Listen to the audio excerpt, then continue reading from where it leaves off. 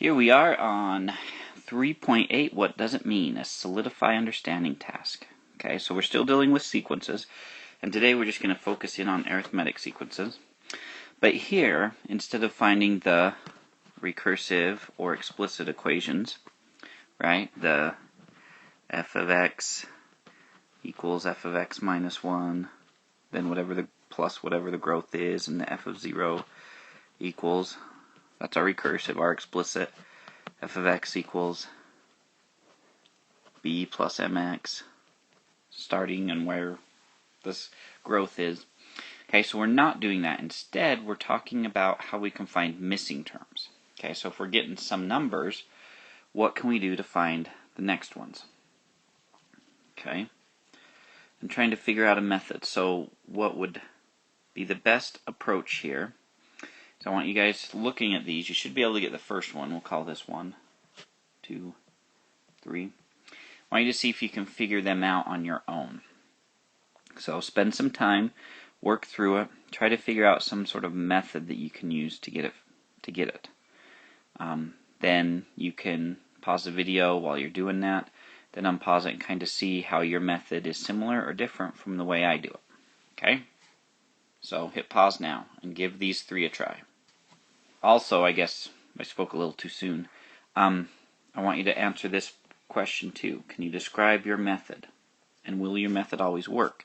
How are you going to know it's going to work? So think through those questions as well. So now you can pause it.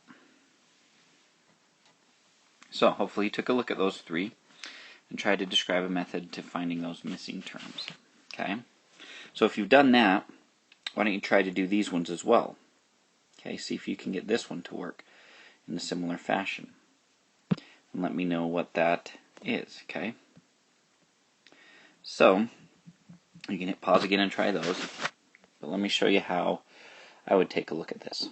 Okay?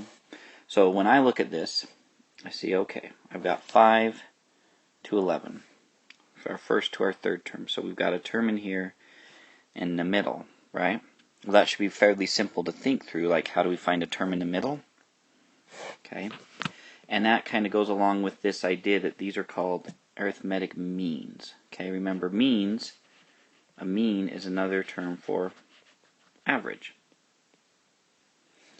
Okay, what's in the middle kind of idea.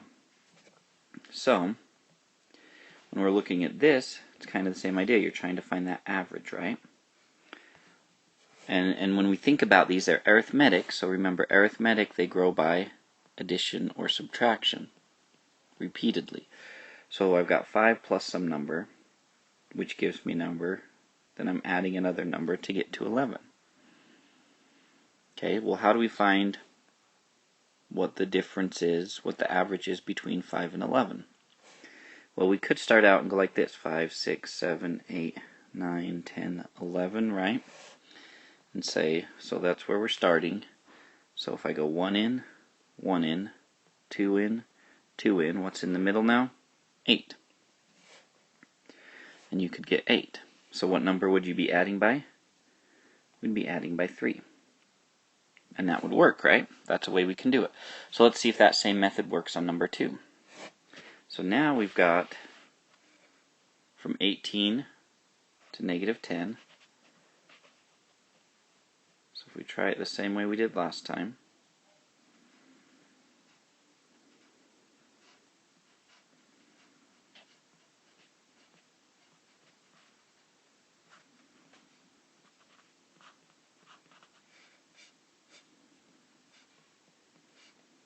we have to write a few, don't we?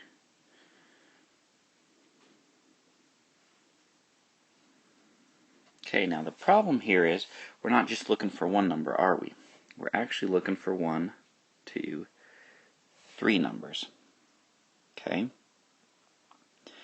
So, how would that work? Well, could we maybe find this number right here? So, if we went, go 1, 2, 3, 4, 1, 2, 3, 4, 5, 6, 7, 8, 5, 6, 7, 8, 9, 10, 11, 12, 9, 10, 11, 12, 13, 14, 15, 16. We come up with 4, don't we? So we'd have 4 right there. Okay, so now, if we have that one, we can just find the ones between them, right? So 1, 2, 3, 4, 1, 1, 2, 3, 4, 5, 6, 7, 5, 6, 7. So we get 11. Then we do the same 1, 2, 3, 4, 1, 2, 3, 4, 5, 6, 7, 8. Oh, 5, 6, 7, 5, 6, 7. So negative 3. So let's see, does that give us a pattern that works? Yeah, 18 to 11, we are subtracting 7. Subtract 7 gives us 4, subtract 7, negative 3, subtract 7. So it works, right? We can do it that way. And kind of see how we found the 1 and then we found the means, the averages between them. Okay, can we do it for this number 3? Now we've got 5 to deal with, right?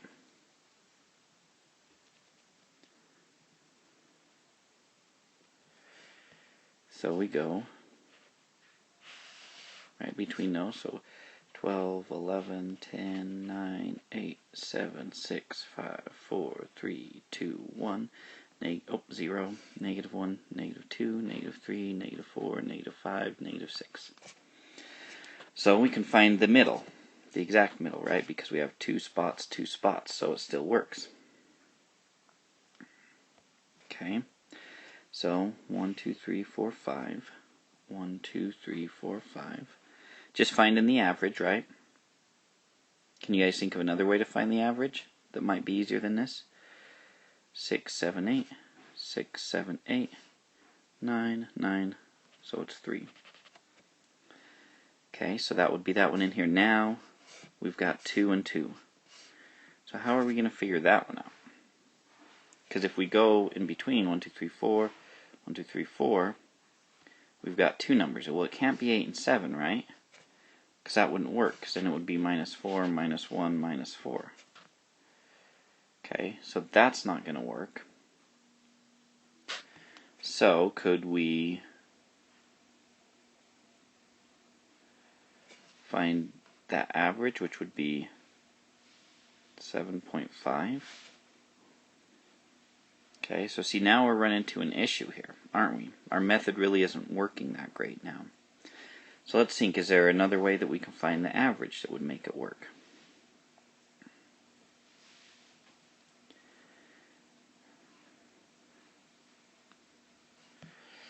Okay, how else could we do this? So if we were to find the average between the difference, right? That's essentially what we were doing before. We were finding that middle number.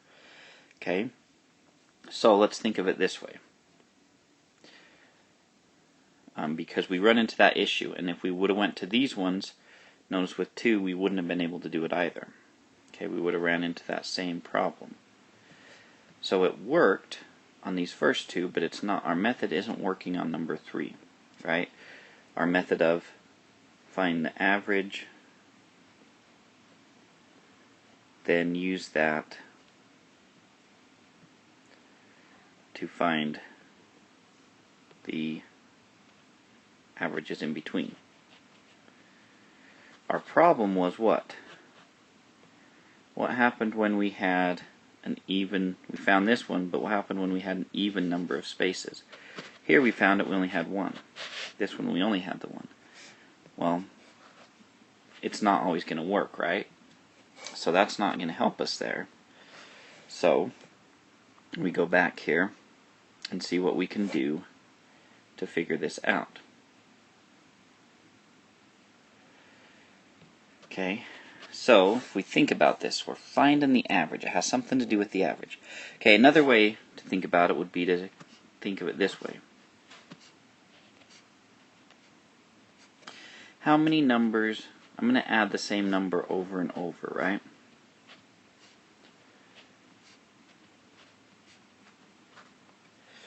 Okay, we're going to add the same number over and over. So if we can find this number, then it's going to be easy to fill out the rest of our thing, right? Well, how are we going to find that number? Well, think of it like this. We're going to add this 1, 2, 3, 4, 5, 6 times. To go from 12 to negative 6, we're adding a number 6 times, right? So basically we've got 6 times a number is going to equal that difference from the 12 to the negative 6.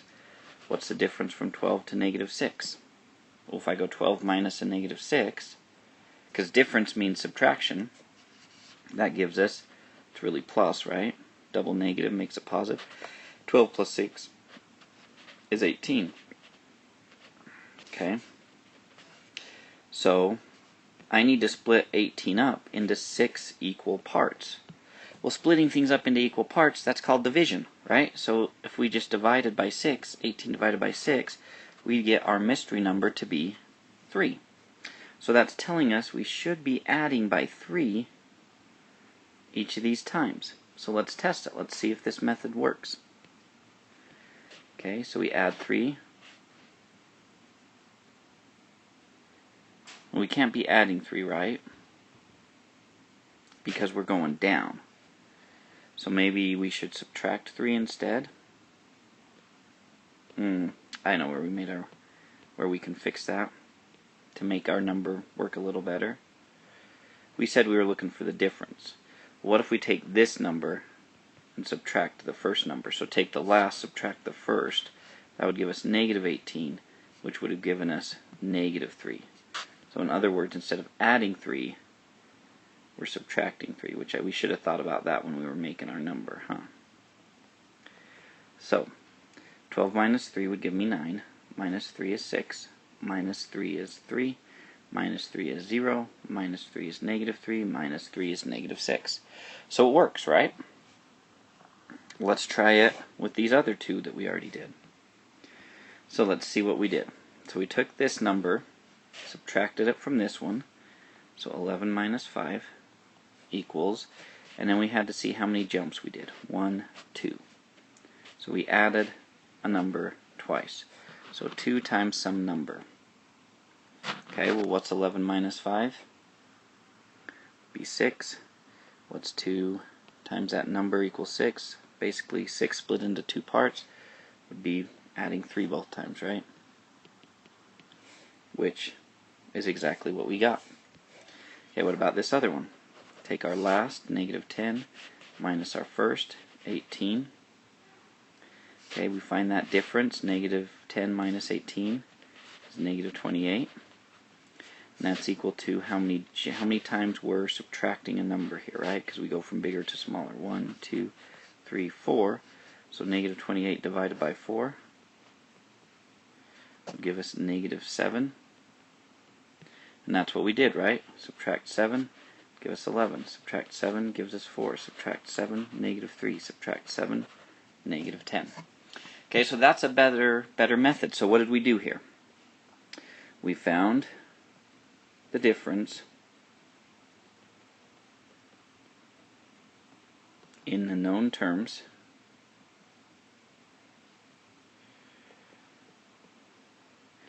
and divided by number of times we add a number. So this is definitely something you want to have. Okay. In other words, we said the higher, well, not really the higher number, right? It was the last number we knew.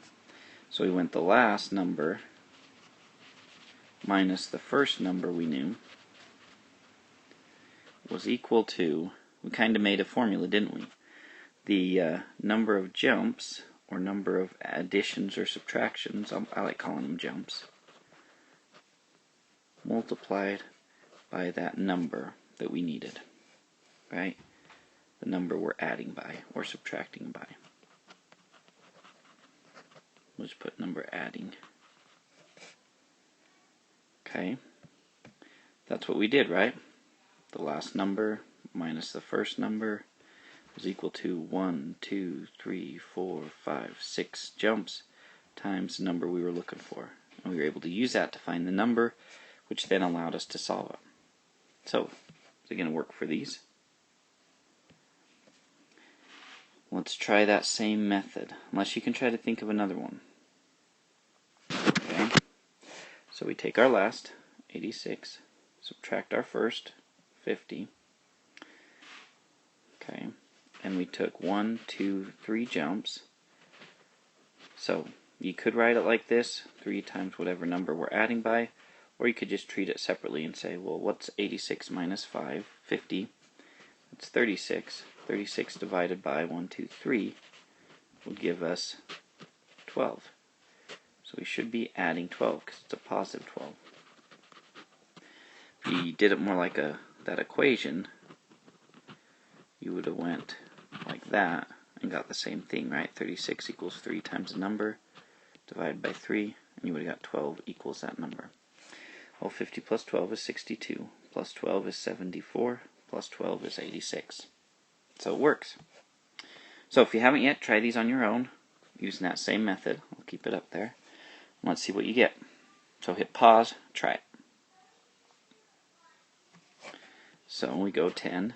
Now, 1, 2, 3, 4, 5. So we make 5 jumps to get from 40 to 10. So we're subtracting here, right?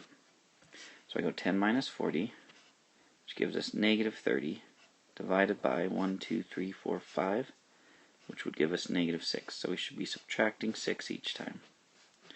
If you wanted to do it more equation style, you would have went 10 minus 40 equals 5 times whatever number. Negative 30 equals 5 times that number. Divide by 5, and you get negative 6 equals that number. You could have even switched out for our number a variable, right? You could have put x or n for our mystery number. Okay? So let's double check it. 40 minus 6, 34. Minus 6, 28. Minus 6, 22. Minus 6, 16. Minus 6 is 10. Alright, so there we go. So even if they're really large, right? 1, 2, 3, 4, 5, 6, 7. So we prior adding because we're going from a smaller number to a bigger number. So we take our last number, 5, subtract our first number, negative 23, is equal to, we took 7 jumps, we said, times, we'll call it n for our adding number. So that's like plus, so we get 28 equals 7 times n, divide by 7, and we get 4 equals n. Or you could have just went 5 minus negative 23, and got positive 28 divided by 7, and got positive 4. So we're adding by 4 each time. So it's kind of a way to find that growth, if you're only given 2 numbers, isn't it? So negative 23 plus 4 is negative 19. Plus 4 is negative 15, plus 4 is negative 11, plus 4 is negative 7, negative 3, positive 1, and 5. So we can fill in the blanks. So it gives us a way to find those arithmetic means, right? Because we find the difference and then we split it up. Okay, so we've got our method. Why would our method work, though? What's something you could say about why it's going to work? I suppose because we're finding the difference. I mean, if you think about that arithmetic sequence, our arithmetic sequence is all about adding and subtracting. So we're kind of doing the opposite, aren't we? We're undoing it. How did we get from here to here? Well, we've got to undo it. So because it's add or subtract, we undo it first by basically subtracting, finding the difference between the numbers. You know, to go from, say we made only 1 jump. From this to this, you know, we added 28. But then we've got to divide it up separately into those smaller jumps. Okay, so we found the difference and then we divided into equal amounts. So we just split it up into smaller pieces. I suppose that's why it did work. So there we go. That's how we use and find the arithmetic means.